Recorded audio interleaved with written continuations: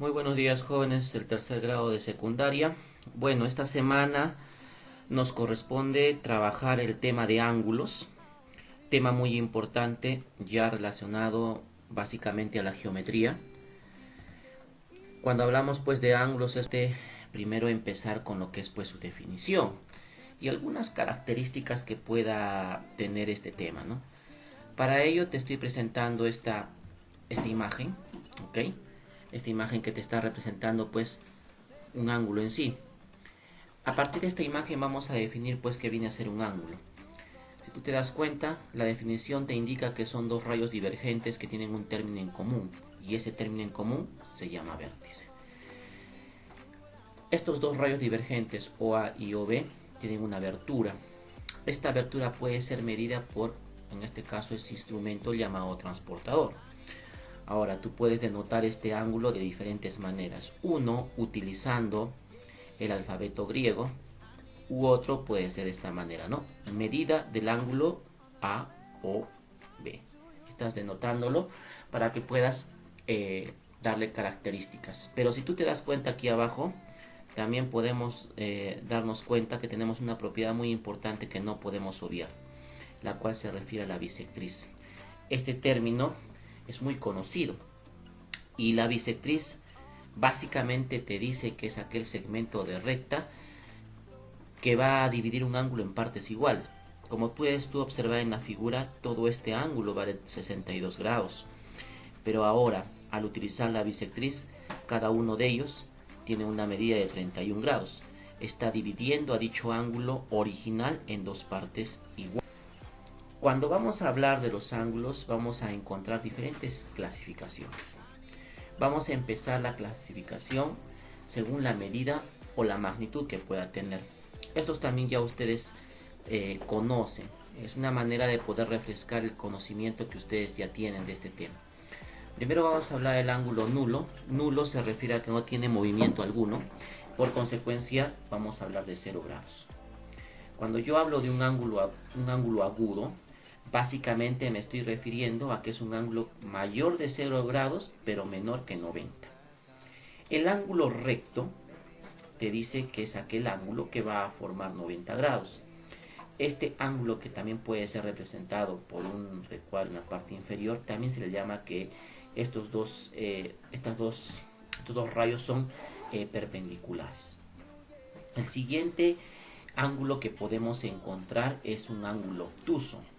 Obtuso, ¿por qué?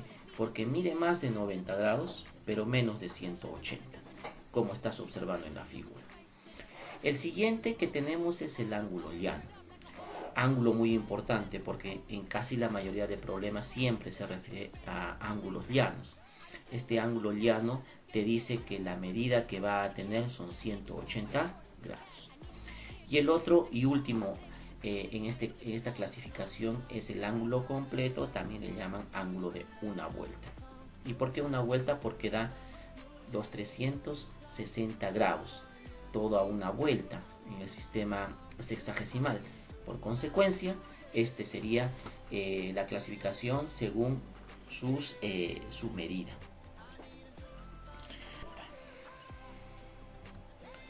Podemos también hablar de la clasificación según su posición, y aquí me voy a evocar en tres características.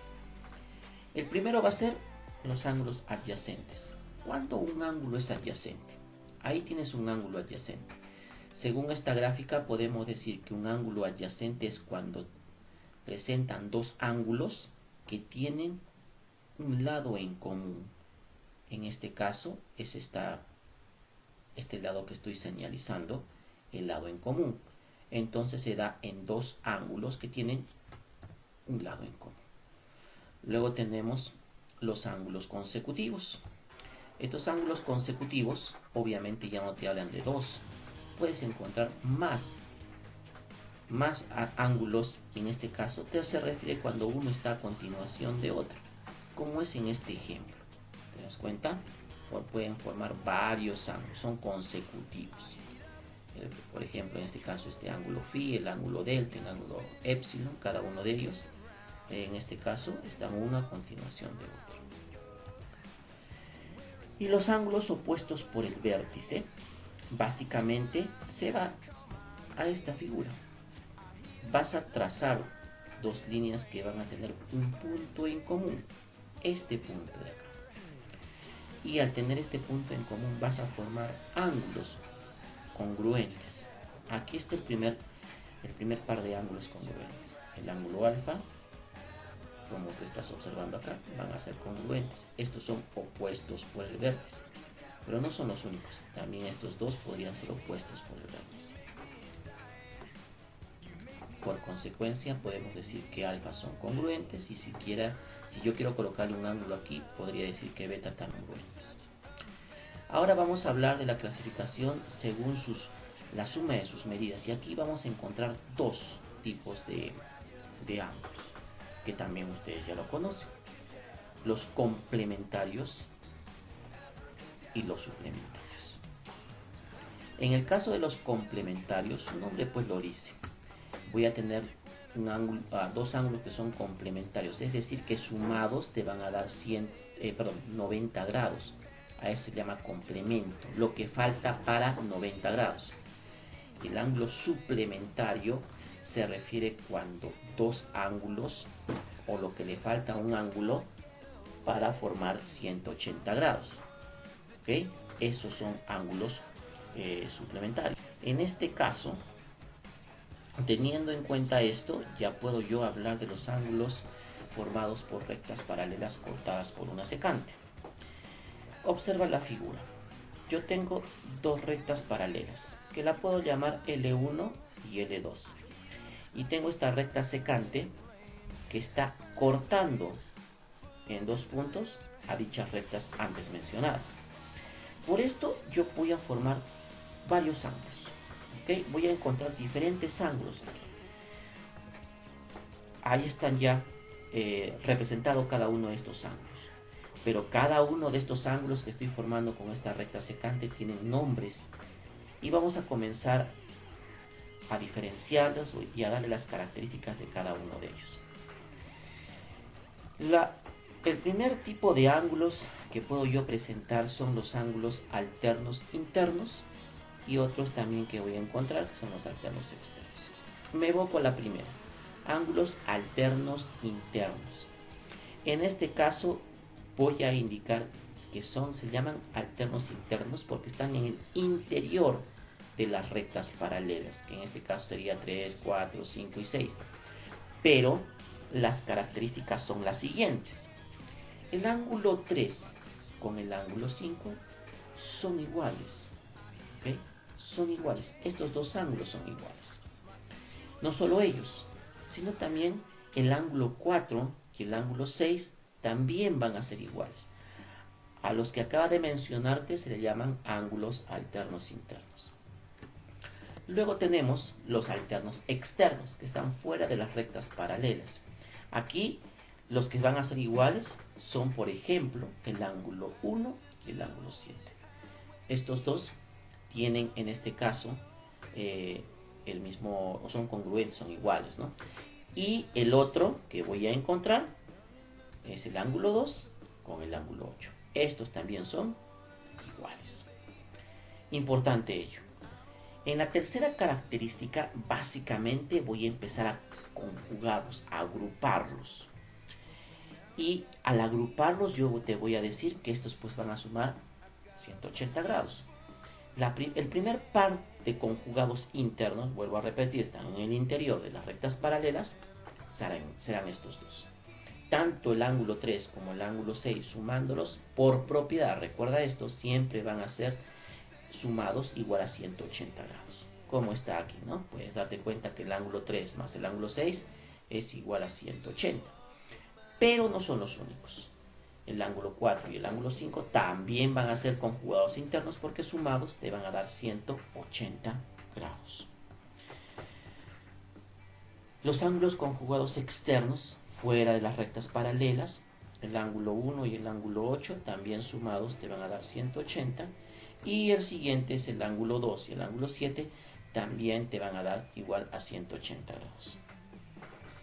Y los ángulos correspondientes básicamente se refieren también a aquel aquellos ángulos que son iguales. El ángulo 1 es igual al ángulo 5, el ángulo 2 es igual al ángulo 6, el ángulo 4 es igual al ángulo 8 y el ángulo 3 es igual al ángulo 7. Aparte de esto, también puedes aplicar propiedades como antes mencioné, los opuestos por el vértice. Mira, 1 y 3 son opuestos por el vértice, por consecuencia son iguales, son congruentes, como decía la propiedad. 2 y 4 también son opuestos por el vértice. 5 y 7 opuestos por el vértice. 6 y 8 también son opuestos por el vértice. Cuando tú representas rectas paralelas cortadas por una secante, vas a encontrar algunas propiedades. Estas serían las siguientes. Tengo dos rectas paralelas, L1 y L2, y si se presentan de esta manera, pues hay una característica. Vamos a comenzar a darles valores. El ángulo alfa, el ángulo beta y el ángulo teta. Y luego el ángulo X y el ángulo Y. Por característica, esa suma de alfa, beta y teta debe ser igual a la suma de X más Y. Por propiedad. La segunda propiedad que puedo encontrar es esta, ¿no? Tengo dos rectas paralelas L1 y L2 y mira esta forma que está representando estas líneas. Este ángulo X va a ser igual a la suma de estos dos ángulos. Pero no quiero que te confundas con la... Mira, ¿es muy parecido? No, porque aquí no te da estos dos ángulos. Te dan todos los que están aquí. Por propiedad, A más B más C te da 360. Ya te había mencionado anteriormente. Acá tengo rectas, en este caso una bisectriz que está dividiendo en alfa y alfa. Y acá otra bisectriz que divide los ángulos, el ángulo teta y el ángulo teta. Por consecuencia, cuando tú tengas dos rectas que son paralelas y dos secantes, el ángulo que se va a formar aquí siempre va a ser 90. Y esta última propiedad, caso muy peculiar, cuando tú tengas todos estos ángulos como estás viendo en la figura, cuando tú los sumes, serán igual a 180 grados. Muy bien, muchachos, con estas características que estoy presentándoles, ya estamos listos para poder ya plantear alguna resolución de problemas respecto a este tema de ángulos. Por favor, es importante que ustedes puedan tener en cuenta todas estas propiedades que les he dado a conocer para poder resolver ejercicios. Gracias.